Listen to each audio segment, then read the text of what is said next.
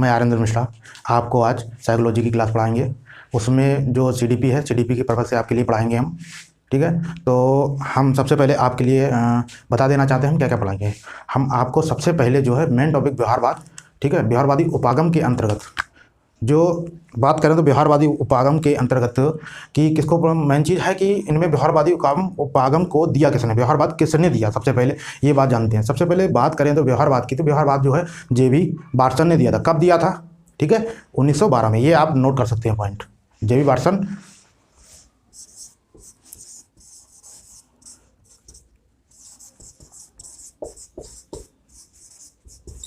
ठीक है, 1912 में दिया था। ठीक है, व्यवहारवाद जो है तो उसमें बहुत सारे मनोवैज्ञानिकों ने काम किया है। तो देखें तो जैसे सी एल हल है, ठीक है, बी एफ स्किनर है। ठीक, इन्होंने व्यवहारवाद में भी, ठीक है, सबसे पहले बात, इन्होंने व्यवहार का अध्ययन किस पे किया, इन्होंने व्यवहार पे अध्ययन किस पे किया। सबसे पहले बात करें तो इन्होंने देखा है कि इन्होंने देखा है कि अमेरिका में व्यवहारवाद का अध्ययन सबसे पहले प्रचलन कहाँ हुआ, अमेरिका से हुआ है। ठीक है, तो उन्होंने जो है सबसे पहले अमेरिका में किस पे उन्होंने प्रयोग किया, पशुओं पर, इन्होंने पशुओं पर प्रयोग किया है। ठीक है, इन्होंने, ठीक है, तो हमने अभी आपके लिए बताया था कि जेबी वाटसन जो है 1912 में व्यवहारवाद दिया था। ठीक है, इसके अंतर्गत सबसे पहले बात करेंगे हम, आपके लिए पढ़ाने जा रहे हैं, हमें थॉर्नडाइक पढ़ाएंगे। ठीक है, थॉर्नडाइक की मेन बात करें तो इन्होंने सबसे पहले 1898 में, ठीक है, एक ये जब पीएचडी कर रहे थे तो इनका टॉपिक था एनिमल इंटेलिजेंसी इनका टॉपिक था, उस पर इन्होंने किया था। तो सबसे पहले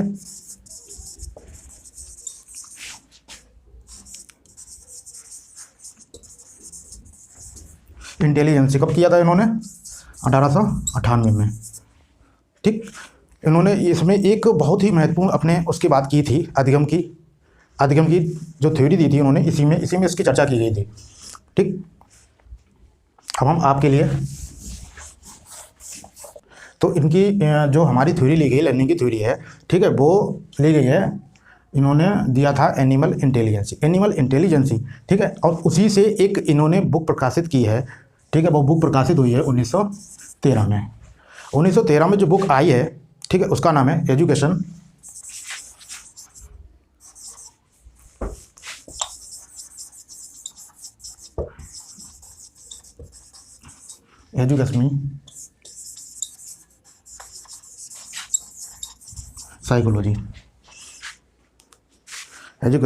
साइकोलॉजी, इससे इन्होंने इस बुक के लिए लिया है। इसमें इन्होंने अधिगम की जो थ्योरी दी है इसी में प्रकाशित किया है, इस बुक में इन्होंने बताया है। सबसे पहले अब हम आपके लिए बताते हैं कि इन्होंने क्या किया, किस पे प्रयोग किया है। हम सबसे पहले बात करेंगे थॉर्नडाइक की।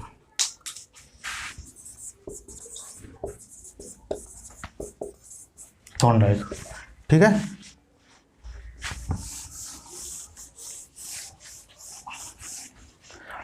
थॉर्नडाइक ने बिल्ली पे प्रयोग किया था। बिल्ली कैसी थी, भूखी थी।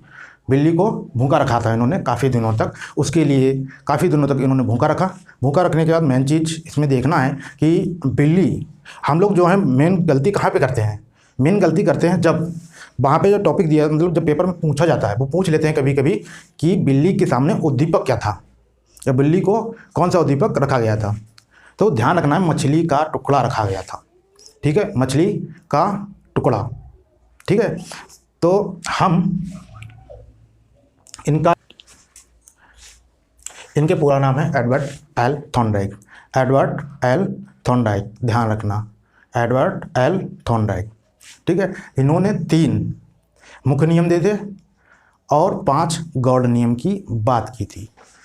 सबसे पहले हम ये समझेंगे कि इन्होंने किस पर प्रयोग किया था। इन्होंने प्रयोग किया था भूखी बिल्ली पे। ठीक है, पहले हम कहानी के रूप में एक बात समझे ले रहे हैं कि भूखी बिल्ली क्या प्रयोग किया था, इसमें क्या बताया था इन्होंने। अब हम देखो, भूखी बिल्ली के लिए इन्होंने काफ़ी दिनों से भूखी थी, उसके लिए इन्होंने एक उलझन बॉक्स में, ध्यान रखना है क्या, उलझन बॉक्स में इन्होंने उसको बंद किया था। उलझन बॉक्स में उन्होंने एक चटकनी टाइप लगा रखी थी।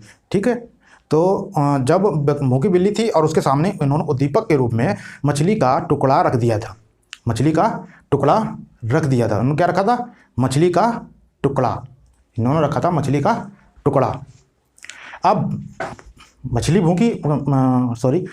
बिल्ली भूखी है, उसको सामने मछली का टुकड़ा दिख रहा है, तो वो क्या करेगी, जब जैसे कि मान लो हम भूखे हैं, ठीक है, हमें भूख लगी हुई है और हम किचन में जा रहे हैं, तो किचन में हमारे लिए कुछ नहीं दिख रहा है, कुछ चीज़ें दिख रही हैं, जैसे कि हमें स्पेशली चाय पसंद है, तो हमने देखा कि हाँ भाई चाय का पूरा सामान रखा हुआ है, तो मैंने चाय बनाई और पी ली।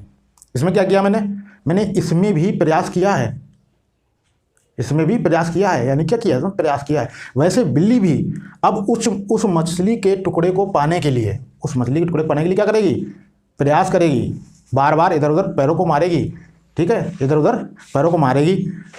अकस्मात अचानक ही उसका पर जो है चटकनी पर लग जाता है, चटकनी पर लग जाता है और चटकनी खुल जाती है। जब चटकनी खुल जाती है उसे भोजन मिल जाता है, जब उसे भोजन मिल जाता है उसकी भूख शांत हो जाती है, उसकी भूख शांत हो जाती है। अब आगे का देखो, देखते हैं कि उन्होंने बिल्ली की भूख शांत की। अब बिल्ली क्या करती है, ऐसे उसके लिए कई दिनों तक उसको बंद रखा जाता है उसी उलझन बॉक्स में, उसको जालीदार उलझन बॉक्स में बंद रखा जाता है, उसको बंद रखा जाता है। बार बार ट्रायल करती है, बार बार कोशिश करती है, गलतियाँ करती है, ठीक है, बार बार कोशिश कर रही है, गलती कर रही है, उसके लिए अन्य ऐसे करते करते उसके लिए एक दिन ऐसा आ जाता है कि वो एक ही बार में चटकनी को खोल के और मछली के टुकड़े को खा लेती है। अब हम आपको सबसे पहले जो थॉर्नडाइक ने नियम दिए थे, मुख्य नियम और गौण नियम, उनके बारे में बताएंगे।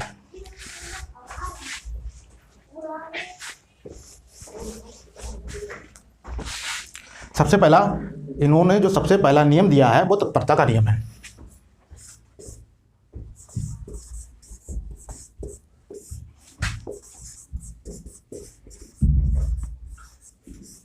तत्परता का नियम, ठीक है, इसको इंग्लिश में कहते हैं law of readiness, law of readiness. जब हम अब लॉ ऑफ रेडीनेस के बारे में सबसे पहले देखेंगे, जब हम किसी भी चीज़ को या कोई, जैसे कि हम हैं, ठीक है, हम देख रहे हैं कि कौन सी चीज़ चाहिए हमें, तो मतलब कि अगर हम किसी भी काम को करने के लिए तत्पर हैं तब तो हम वो काम करेंगे, ठीक है, अगर नहीं हैं तो हम वो काम करेंगे। और उस कार्य में अगर हमें संतोष मिलता है तो हम उस काम को बार बार करेंगे, काम करने के लिए तैयार रहेंगे। जब एक बात और है, हम जो पॉइंट बोल रहे हैं उसको आप नोट डाउन भी कर सकते हैं। जब व्यक्ति किसी कार्य को करने के लिए तत्पर रहता है और उसे वह कार्य करने दिया जाए, जब व्यक्ति किसी कार्य को करने के लिए तत्पर रहता है और उसे वह कार्य करने दिया जाए, ठीक है, तो उसे क्या मिलेगा, संतोष मिलेगा। उसे कार्य करने दिया जा रहा है, संतोष मिलेगा। जैसे कि हम चाह रहे हैं कि हम घूम के आ गए, हमें घूमने को घर वाले दे रहे हैं कि हाँ भाई जाओ घूमा, जाके हम घूमने चले गए, तो हमें क्या मिला, हमें संतोष की अनुभूति मिली, यानी आनंद प्राप्त हुआ। अब ऐसे ही हमारे घर वाले मना कर दें कि भाई नहीं जाओगे, तो क्या होगा, उसमें एक अंदर से असंतोष यानी कि खीज उत्पन्न हो जाएगा, हमें कि चिड़चिड़ापन आ जाएगा, हम सही से बात नहीं करेंगे। जब हम किसी कार्य को, इसको भी हम नोट डाउन कर लेते हैं, जब हम किसी कार्य को करने के लिए तत्पर हों और उस कार्य को करने को ना दिया जाए, जैसे कि हम कह रहे भाई हम शॉपिंग मॉल जाएंगे और 5,000 की हम कोई चीज़ खरीद के लाएंगे, क्या घर वाले हमारे दे रहे हैं? अगर वो कह रहे हैं कि हाँ भाई ले आओ, तब तो हमें अनुभूति होगी, किसकी अनुभूति, आनंद मिलेगा, हमें संतोष प्राप्त होगा। अब घर वाले अगर मना कर दे रहे हैं तब क्या होगा, एक खीज उत्पन्न हो जाएगी अंदर से, एक खीज यानी चिड़चिड़ापन, घर वालों से सही से बात नहीं करेंगे, मुंह फुला के बैठ जाएंगे। और इसी प्रकार से जैसे कि हमारा मन नहीं है जाने का, घर वाले कह रहे हैं कि हाँ जाओ मॉल घुमाओ, ले बेटा 10,000 रुपये शॉपिंग करके आ जा, हम उस काम को करने के लिए तैयार नहीं हैं, हम तत्पर नहीं हैं। जब हम उस काम को करने के लिए तत्पर नहीं हैं और हमें ज़बरदस्ती भेजा जा रहा है कि भाई मॉल जाओ, जबकि मॉल जाओ तो उसमें क्या है, हम तत्पर नहीं भेजा जाएगा लेकिन बेमन जाएंगे, क्योंकि हमारा मन उस समय कहाँ है, हम सोच रहे हैं कि जिस टाइम घर वाले कह रहे हैं कि आप मॉल जाओ, हम हो सकता है कि खेलने की सोच रहे हो, हम मैच खेलने की सोच रहे हैं, वो बोल रहे हैं घर जाओ मॉल जाओ, शॉपिंग मॉल, वहाँ से जाके होली आ रही है तो कपड़े वगैरह खरीद लो, ठीक है। अब आगे बढ़ते हैं, ये आपके समझ में आ गया होगा। एक बार मैं समराइज कर देता हूँ इस नियम को। जब व्यक्ति किसी कार्य को करने के लिए तत्पर रहता है और उसे करने दिया जाए तब उसे क्या मिलता है, संतोष मिलता है। यानी कि सबसे मतलब इसके नाम से ही स्पष्ट हो रहा है, तत्परता का नियम, यानी तत्पर होना यानी कि हम किसी कार्य को कर रहे हैं और हमें आनंद मिल रहा तो हम उसको कार्य को करेंगे, और आनंद नहीं मिल रहा तो हम उस कार्य को नहीं करेंगे, ठीक है। अब हम दूसरे नियम पे आते हैं, अभ्यास के नियम पे।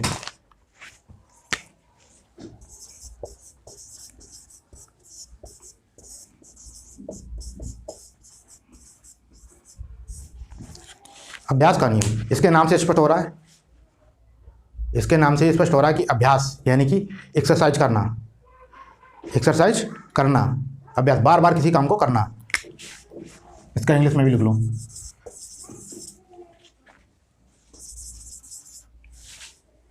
इसको जब हम किसी कार्य को अभ्यास करते हैं, ठीक है, नाम से स्पष्ट हो रहा है कि किसी काम को कर रहे हैं, तो एक्सरसाइज, लाभ एक्सरसाइज, ठीक है। जब हम किसी क्रिया को बार बार दोहराते हैं, बार बार करते हैं, बार बार करेंगे तो हमारे उसमें क्या आ जाएगा, हमारे हैबिट में आ जाएगी। जो हैबिट में आ जाएगी तो हम उसके लिए क्या करेंगे, एक्सरसाइज करेंगे तो हैबिट में आ जाएगी। हैबिट में आ जाएगी तो हम उसके लिए क्या भूलेंगे नहीं।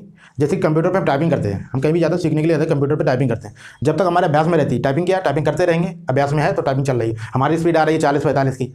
अब हम उसको छोड़ दें 15 दिन बाद या 4 महीने बाद जाएँ उसके लिए करने के लिए, तो क्या होगा, हम उसको भूल जाएंगे। यानी कि जो हमारी 45 और 46 की स्पीड आ रही थी वो नहीं आएगी, अब वो 35 की आएगी या उससे कम जाएगी, उससे स्पीड कम जाती है। अब हम तीसरे नियम की बात करते हैं, प्रभाव का नियम।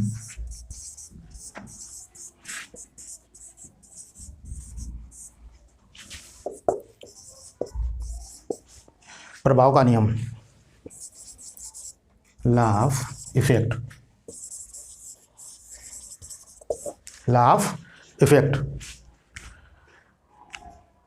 Law of effect. अब हम क्या देखते हैं इसमें, जब हम किसी कार्य को करने के लिए, इसके सबसे पहले हम समझते हैं ला क्या होता है। प्रभाव का नियम, प्रभाव कहाँ पड़ता है, किस पे पड़ता है। किसी भी अनुक्रिया को करने के लिए, जब हम किसी भी अनुक्रिया को करते हैं, ठीक है, किसी भी अनुक्रिया को करते हैं तो उसके लिए क्या करते हैं, किसी भी अनुक्रिया को इसलिए मतलब कोई भी अनुक्रिया कर रहे हैं, जैसे कि मान लो हम स्टिमुलस रिस्पांस की बात करें, ठीक है, जब हम बात कर रहे हैं तो स्टिमुलस रिस्पांस की स्टिमुलस क्या है, हम क्यों करेंगे, हम रिस्पांस हम नहीं कर रहे हैं, हम क्रिया नहीं करेंगे, हम रिस्पांस नहीं देंगे। इस रिस्पांस कब देंगे, जब स्टिमुलस जो है अट्रैक्टिव होगा, जब हमें आकर्षक बना होगा, आकर्षक लगेगा। जैसे कि हमें भूख लग रही है, सामने पिज्जा बर्गर पड़ा हुआ है, पिज्जा बर्गर रखा हुआ है, तो हम क्यों नहीं खाएंगे भाई, हम खाएंगे, हम रिस्पॉन्स करेंगे। रिस्पॉन्स करने की तो बात छोड़ो, तो पिज्जा बर्गर सामने रखा हुआ है तो हमें क्या होगा, हमारे मुंह में लार अपने आप आ जाएगी। यानी मन में कहते नहीं कि लड्डू देख के पानी आ गया मुंह में, समझे। तो प्रभाव क्या, इसके लिए तो आप नोट डाउन करते चलना साथ में ही। हम बोलें कि व्यक्ति किसी भी अनुक्रिया को इसलिए सीख लेता है क्योंकि व्यक्ति में उस अनुक्रिया को करने के बाद उसे संतोषजनक प्रभाव प्राप्त होता है, यानी संतोष मिलता है। कोई भी क्रिया करता है तो उसके लिए क्या मिलता है, संतोष मिलता है। ये नियम थे आपके मुख्य, ये मुख्य नियम थे, ये आपके मुख्य नियम थे। अब हम गौड़ नियम की बात करेंगे। गौड़ आपके 5 नियम हैं, गौड़ आपके 5 नियम हैं। सबसे पहले हम गौड़ नियम की बात करेंगे। गौड़ नियम में गौड़ नहीं है, ठीक है, गौड़ नियम में आप नोट डाउन करते रहो, कि वीडियो जो है लंबी खिंच रही है, ठीक है, आप नोट डाउन करते रहो, हम बोलते रहेंगे। सबसे पहला है बहुप्रतिक्रिया का नियम, बहुप्रतिक्रिया of multiple response, law of multiple response, बहुप्रतिक्रिया का नियम, बहुप्रतिक्रिया का नियम, ठीक है। ये गौड़ नियम है, ये 5 नियम होते हैं। मुख्य थे 3 जो हम पहले पढ़ चुके हैं, इनको निपटा चुके हैं, और ये जो 5 नियम है, ठीक है। तो बहुप्रतिक्रिया यानी कि इसके नाम से ही स्पष्ट हो रहा है, बहु यानी कि बार बार कोई भी प्रतिक्रिया करें। जब हम, अब सबसे पहली बात है प्रतिक्रिया हम क्यों करेंगे, हम तो खाली बैठे भाई कोई काम नहीं है। जब कोई प्रतिक्रिया हम क्यों करेंगे, जब कोई समस्या होगी तभी तो हम प्रतिक्रिया करेंगे। समस्या को सुलझाने के लिए समस्या को सुलझाने के लिए हम क्या करेंगे, प्रतिक्रिया करेंगे, ठीक है। अब दूसरा मानसिक स्थिति का नियम, मानसिक स्थिति का नियम, इसे law of mental set, English में बोलते हैं लॉ ऑफ मेंटल सेट। जब मानसिक रूप से सीखने के लिए कोई तैयार हो, ये जो लॉ ऑफ मेंटल सेट है ना, ये तत्परता के नियम के ही समान है। तत्परता, ये जो नियम है ये तत्परता की भांति है, ठीक है। जब मानसिक रूप से किसी भी काम करने के लिए फिट होंगे तभी तो हम कोई काम करेंगे, वरना हम काम करेंगे ही नहीं। जब मानसिक रूप से स्वस्थ नहीं है तो हम काम करेंगे नहीं, उसको करने का कोई औचित्य नहीं बनता है। आंशिक, जब हम किसी भी संपूर्ण यानी कि पूर्णता यानी संपूर्ण को अंश के रूप में अंश के रूप में, यानी छोटे छोटे टुकड़ों में विभाजित करके किसी भी चीज़ को हम पढ़ें या फिर कोई काम करें छोटे छोटे रूप में। जैसे कि हम पाठ योजना बनाते हैं, तो पाठ योजना के लिए हम छोटे छोटे टुकड़ों में ही तो विभाजित करते हैं, छोटे छोटे टुकड़ों में विभाजित करके ही हम पढ़ते हैं पाठ योजना के लिए। हम जब जैसे हम कोई भी लेसन पढ़ रहे हो तो एक बार में, यानी कि एक ही बार में तो थोड़ा पढ़ लेते हैं हम, उसके लिए भी कई पार्ट में बांटा जाता है ना, कि ये इस परिभाषा है, ये इसकी विशेषताएं हैं, ये इसके नियम हैं, ये इसके क्या नाम इसके प्रिंसिपल हैं, ये सब मतलब अलग अलग पार्ट में बांटा गया है, नहीं सबके लिए अलग अलग पार्टों में बांटा गया ना, इसीलिए बांटा गया है आंशिक।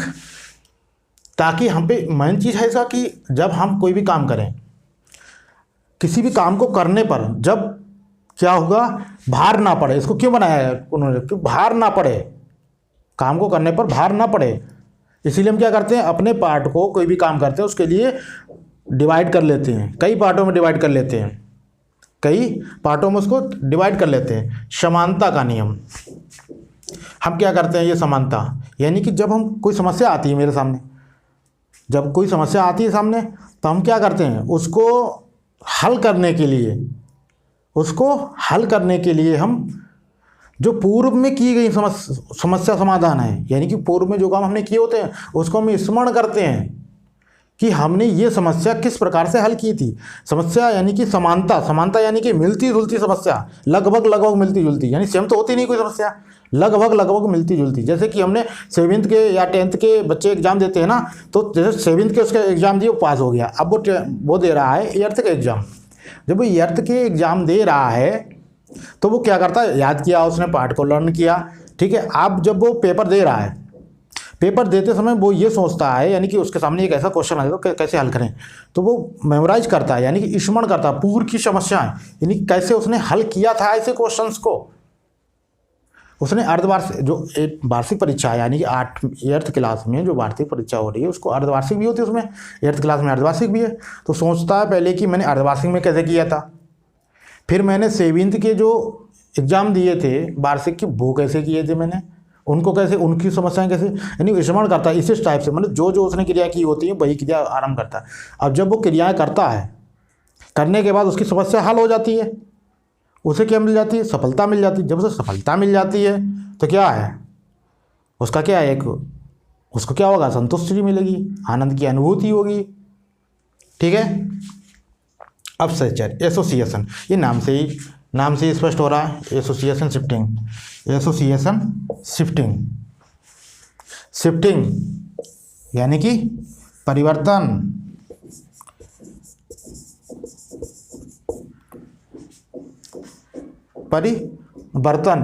इसमें क्या होता है, जैसे कि कोई भी काम करते हैं तो एक नियम से दूसरे नियम, जैसे कि अब हम बात करें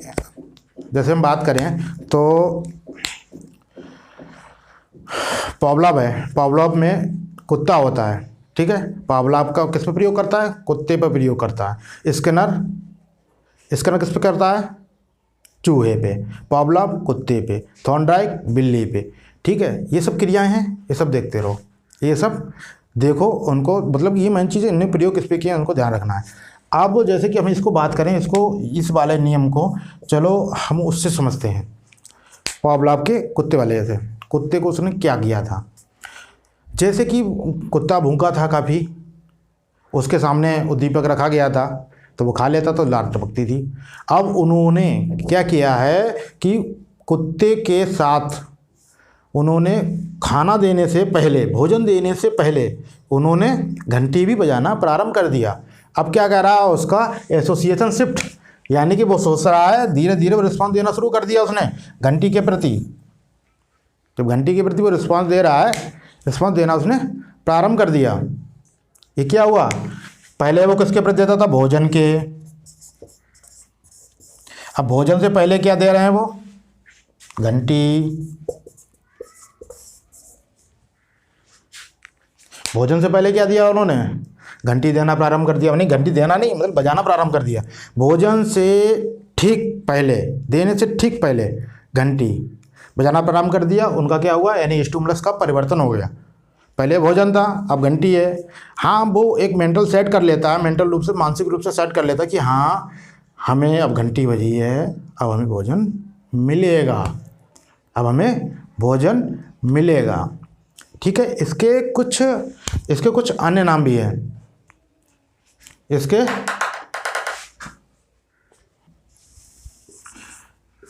थॉर्नडाइक के जो सिद्धांत है उसके अन्य नाम भी हैं। इनको विशेष रूप से आप नोट कर लें, ये बहुत पूछे जाते हैं। ठीक है, इनके बारे में थोड़ा बताते भी चलेंगे कि इनको ये कहते क्यों हैं। जैसे कि पहला नाम ज़्यादा सबको पता है, उद्दीपक अनुक्रिया का सिद्धांत।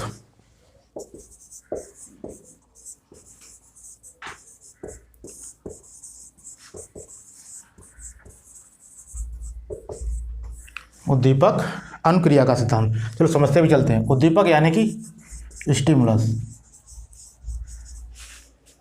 ये क्या है, रिस्पॉन्स।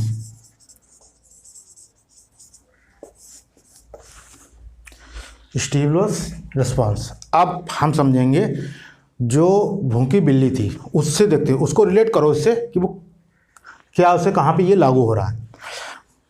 जब भूखी बिल्ली को एक उलझन बॉक्स में बंद किया जाता है, यानी कि एक जालीदार बॉक्स में बंद किया जाता है, उसमें एक खिड़की भी लगी होती है, उसमें एक दरवाज़ा लगा होता है, दरवाज़ा टाइप का, और उसमें एक क्या होता है, चटकनी लगी होती है। उसके सामने, बिल्ली के सामने रखा जाता है क्या, मछली का टुकड़ा।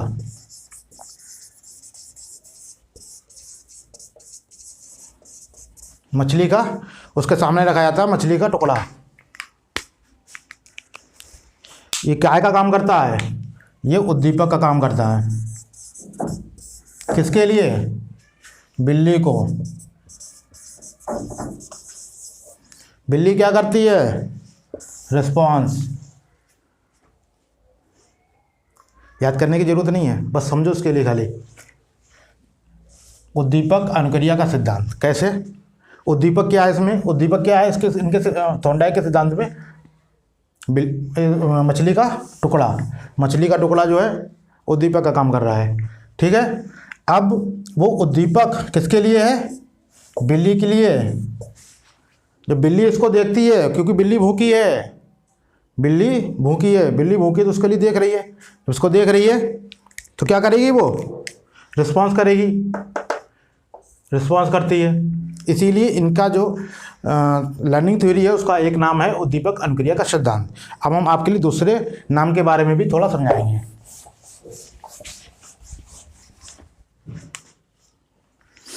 दूसरा है इनका प्रयास एवं त्रुटि। प्रयास एवं त्रुटि, ठीक है, प्रयास एवं त्रुटि, प्रयास एवं त्रुटि। ठीक है, अब देखते हैं, जब बिल्ली को उलझन बॉक्स में बंद किया गया था, बिल्ली भूखी थी, ठीक है, उसके सामने एक उद्दीपक के रूप में क्या था, मछली का टुकड़ा।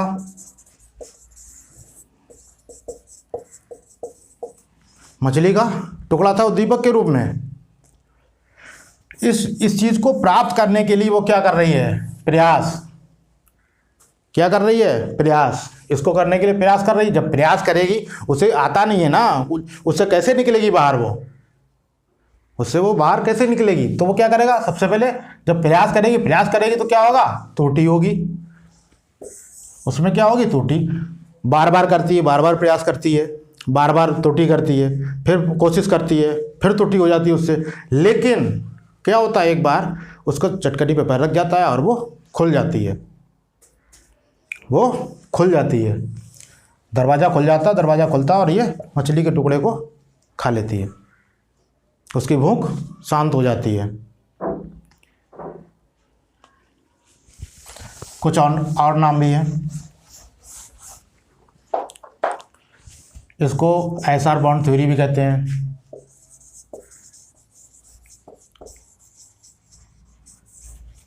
ठीक है, इंग्लिश में इसका नाम है एसआर बॉन्ड थ्योरी। ऐसे इंग्लिश में ही आएगा, इसका हिंदी में नहीं आता है। एस मीन्स होता है स्टिमुलस और आर रिस्पॉन्स। इसको हिंदी में बोले उद्दीपक अनुक्रिया का सिद्धांत। उद्दीपक अनुक्रिया का सिद्धांत यानी संबंधवाद का सिद्धांत। उद्दीपक अनुक्रिया के संबंधवाद का सिद्धांत। इसको एक अन्य नाम से भी जानते हैं, इसको एक अन्य नाम से भी जानते हैं, संबंधवाद।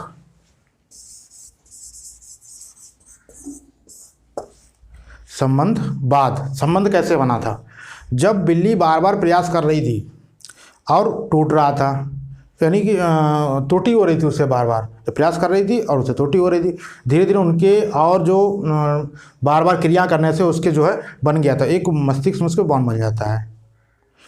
वो सोचने लगती कि हाँ ऐसा काम करेंगे तो हमें ऐसी चीज़ प्राप्त हो जाएगी, तो हमें मछली का टुकड़ा खाने को मिल जाएगा, हमारी क्षुधा शांत हो जाएगी, हमारी भूख शांत हो जाएगी। उनके बीच में एक बॉन्ड बनने लगता है, इसीलिए इनके थ्योरी को संबंधवाद का भी नाम दिया गया है।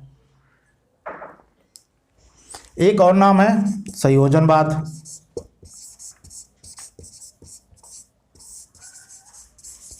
इसका एक और नाम है संयोजनवाद। और नाम है, वो नाम मैं लिखे दे रहा हूँ, ये पूछ लिए जाते हैं आपसे, ये एग्जाम में पूछ लिए जाते हैं आपसे, टेट सीटेट के एग्जाम में आपसे पूछ लिए जाते हैं, ये ध्यान रखना।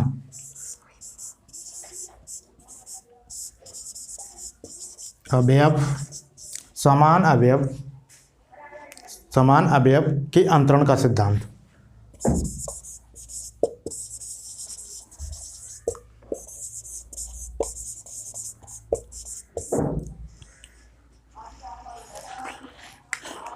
इसका एक और भी नाम, बहुत इंपॉर्टेंट नाम है,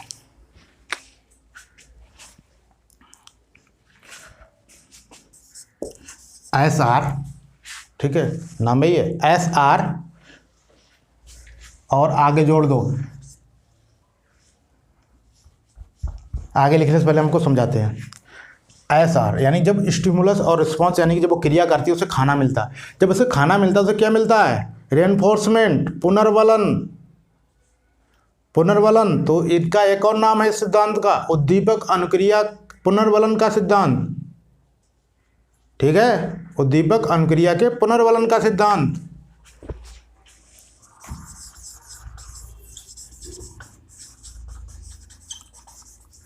ऐसा रेनफोर्समेंट थ्योरी, और ये इनके बारे में कुछ बातें और भी हैं। ये क्या है? थॉर्नडाइक जो हैं,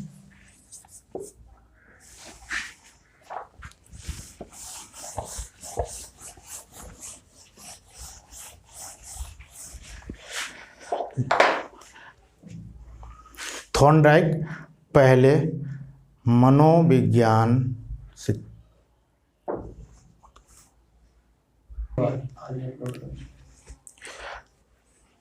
थॉर्नडाइक जो हैं शिक्षा मनोविज्ञान के जनक भी हैं, ठीक है। अब सबसे पहले बात करते हैं हम, ये बात तो सारी बातें हो चुकी हैं, लेकिन ये भी तो जान लो कि ये हैं कौन। थॉर्नडाइक कौन है भाई? थॉर्नडाइक मनोवैज्ञानिक हैं, पहली बात। दूसरी बात, ये जनक हैं किसके? शिक्षा मनोविज्ञान के पहले जनक भी हैं।